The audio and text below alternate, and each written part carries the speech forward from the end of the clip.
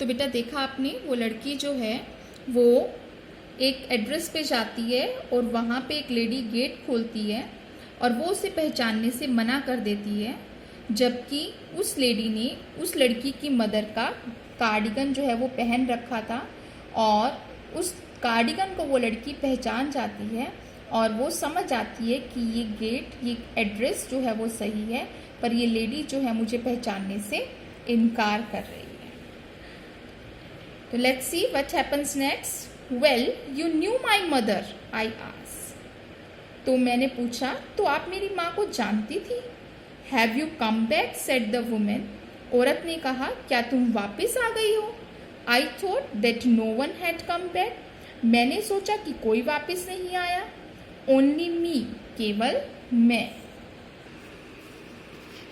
A door opened and closed in the passage behind her. उसके पीछे passage में, gallery जैसे होती है बेटा उसको बोलते हैं, उसमें एक दरवाज़ा खुला और बंद हुआ। अ मस्टी स्मेल एमर्ज्ड। एक बहुत ही ज़्यादा दुर्गंध जो है वो बाहर निकली। एमर्ज मतलब बाहर निकलना। I regret I cannot do anything for you. वो कहते हैं कि मुझे खेद है, आई रिग्रेट मुझे खेद है, मैं तुम्हारे लिए कुछ नहीं कर सकती हूँ। I have come here specially on the train. मैं यहाँ स्पेशली ट्रेन पर आई हूँ। I wanted to talk to you for a moment. मैं तुमसे एक पल के लिए बात करना चाहती हूँ। It is not convenient for me now, said the woman. औरत ने कहा कि इस समय यह मेरे लिए कन्वीनियंट मतलब कि सुविधाजनक नहीं है, यानी कि मैं तुमसे इस समय बात नहीं कर सकती हूँ। I can't see you another time. मैं अभी तुम्हें नहीं देख सकती, अनदर टाइम फिर किसी समय आना। She nodded and cautiously closed the door as though no one inside the house should be disturbed. She nodded, उसने अपना सर हिलाया और cautiously मतलब कि बहुत ही ध्यान से, close the door दरवाजे को बंद किया, as though no one inside the house ताकि घर में कोई भी व्यक्ति डिस्टर्ब ना हो जाए। I stood where I was on the step.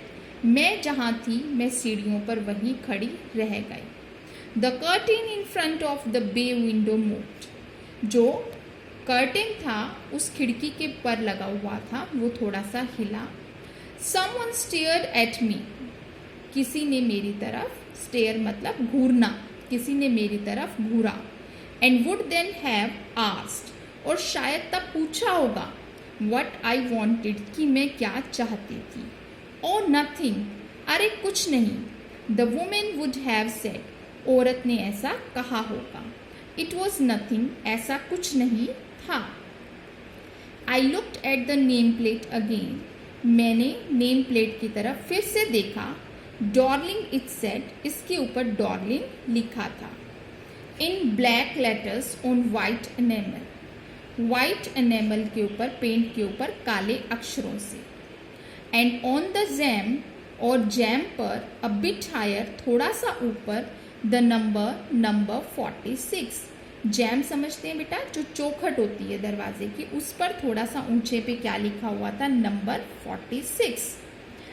As I walked slowly back to the station, अब उसने सोचा कि नंबर भी वही सही है और सब कुछ है, तो इट मीन्स मैं सही एड्रेस पे थी, तो पर वो वापस घर जाने लगी।